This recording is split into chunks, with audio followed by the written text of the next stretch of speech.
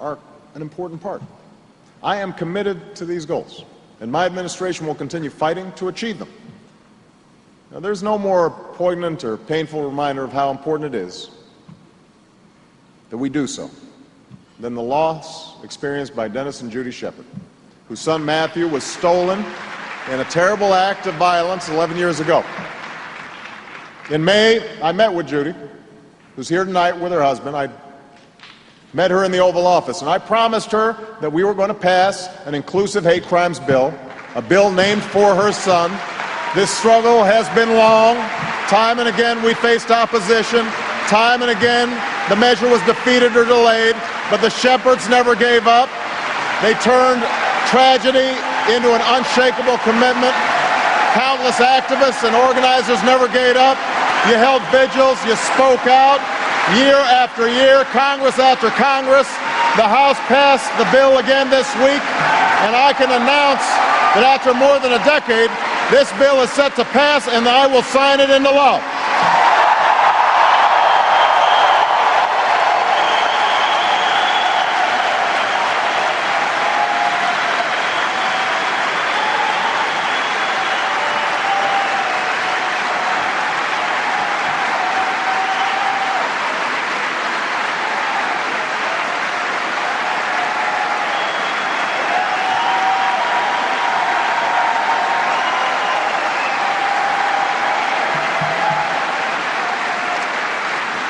It's a testament.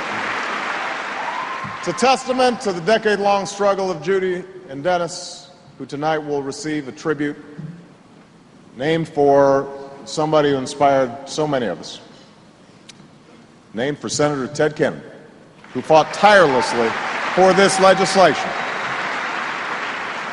And it's a testament to the Human Rights Campaign and those who organized and advocated.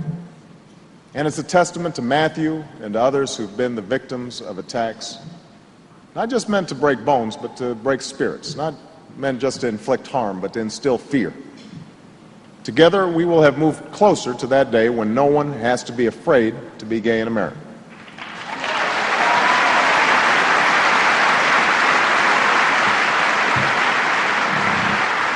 When no one has to fear walking down the street holding the hand of the person they love.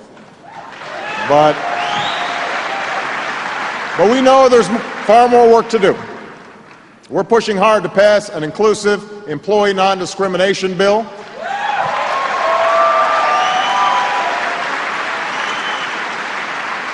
For the first time ever, an administration official testified in Congress in favor of this law. Nobody in America should be fired because they're gay, despite doing a great job in meeting their responsibilities. It's not fair. It's not right. We're going to put a stop to it.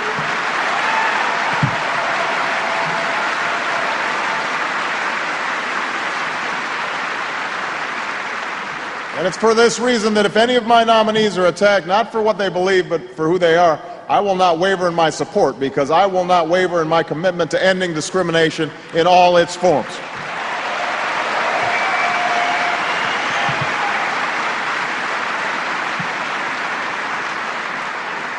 We are reinvigorating our response to HIV/AIDS here at home and around the world. We're working closely with the Congress to renew the Ryan White program, and I look forward to signing it into law in the very near future. We are rescinding the discriminatory ban on entry to the United States based on HIV status.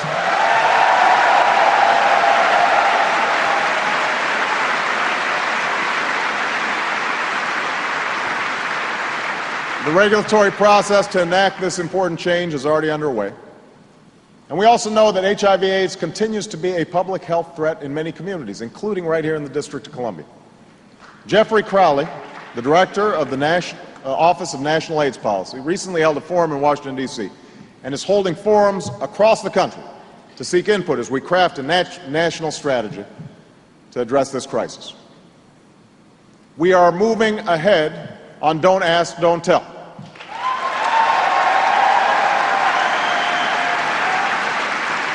We should not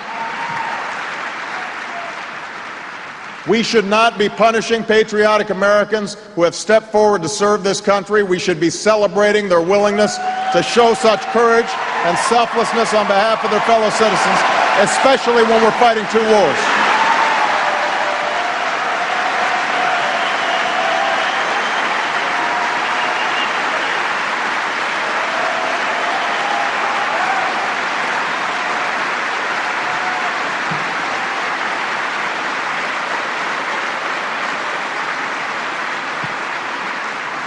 We cannot afford to cut from our ranks people with the critical skills we need to fight, any more than we can afford for our military's integrity to force those willing to do so into careers encumbered and compromised by having to live a lie. So I'm working with the Pentagon, its leadership, and the members of the House and Senate on ending this policy. Legislation has been introduced in the House to make this happen. I will end Don't Ask, Don't Tell. That's my commitment to you.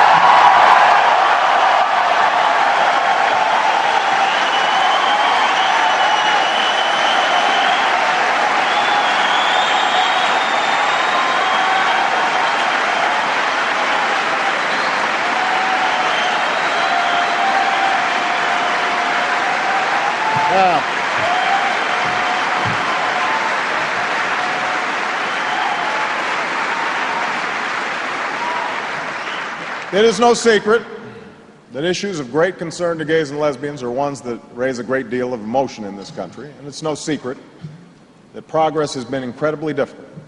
We can see that with the time and dedication it took to pass hate crimes legislation. But these issues also go to the heart of who we are as a people. Are we a nation that can transcend old attitudes and worn divides? Can we embrace our differences and look to the hopes and dreams that we share? Will we uphold the ideals on which this nation was founded, that all of us are equal, that all of us deserve the same opportunity to live our lives freely and pursue our chance at happiness?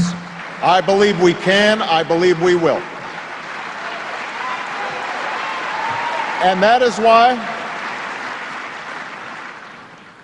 why I support ensuring that committed gay couples have the same rights and responsibilities afforded to any married couple in this country. I believe strongly in stopping laws designed to take rights away and passing laws that extend equal rights to gay couples. I've required all agencies in the federal government to extend as many federal benefits as possible to LGBT families as the current law allows, and I've called on Congress to repeal the so-called Defense of Marriage Act and to pass the Domestic Partners Benefit and Obligations Act.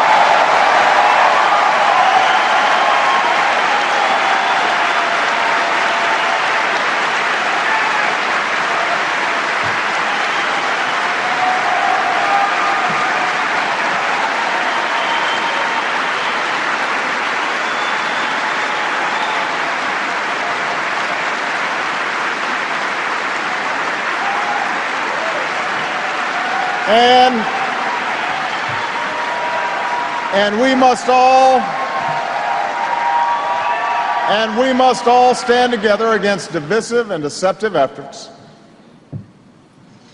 to feed people's lingering fears for political and ideological gain. For the struggle waged by the Human Rights Campaign is about more than any policy we can enshrine into law.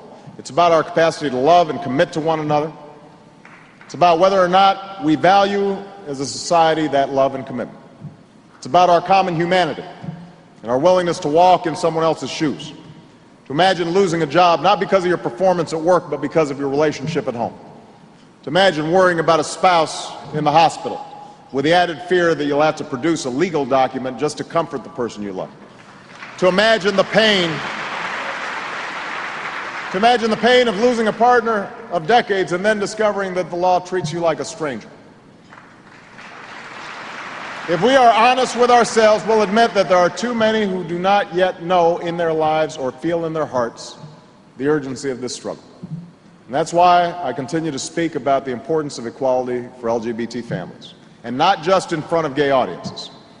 That's why Michelle and I have invited LGBT families to the White House to participate in events like the Easter egg roll, because we want to send a message. And that's why it's so important that you continue to speak out, that you continue to set an example, that you continue to pressure leaders, including me, and to make the case all across America. So tonight I'm hopeful, because of the activism I see in this room, because of the compassion I've seen all across America, and because of the progress we have made throughout our history, including the history of the movement for LGBT equality. Soon after the protests at Stonewall 40 years ago, the phone rang in the home of a soft-spoken elementary school teacher named Jean Manford. It was 1 in the morning, and it was the police. Now, her son Morty had been at the Stonewall the night of the raids. Ever since, he had felt within him a new sense of purpose. So when the officer told Jean that her son had been arrested, which was happening often to gay protesters, she was not entirely caught off guard.